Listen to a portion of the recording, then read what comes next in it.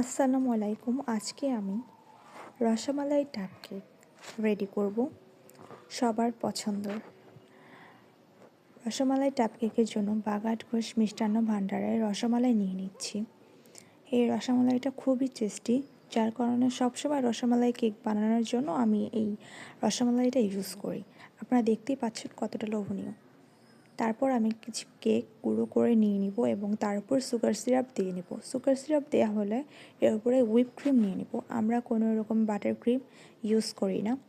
দেখতেই পাচ্ছেন হুইপ ক্রিমটা সুন্দর মতো দেওয়া হলে আমরা রসমালাই যে রসটা আছে এটা ইউজ করব। এটা ইউজ করলে টেস্ট অনেক বেড়ে যায়। তারপরে 8 থেকে 10টা রসমালাই হাত দিয়ে গুঁড়ো করে এর উপরে আমরা দিয়ে নেব ফার্স্টের লেয়ারটাতে। রসমালাই লেয়ারে ইউজ করলে রসমালাইয়ের টেস্ট আরও দ্বিগুণ বেড়ে যায়।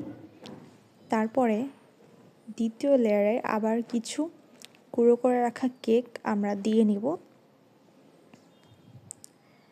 দেয়া হয়ে গেলে তার উপরে সুগার সিরাপ এবং হুইপ ক্রিম দিয়ে নেব।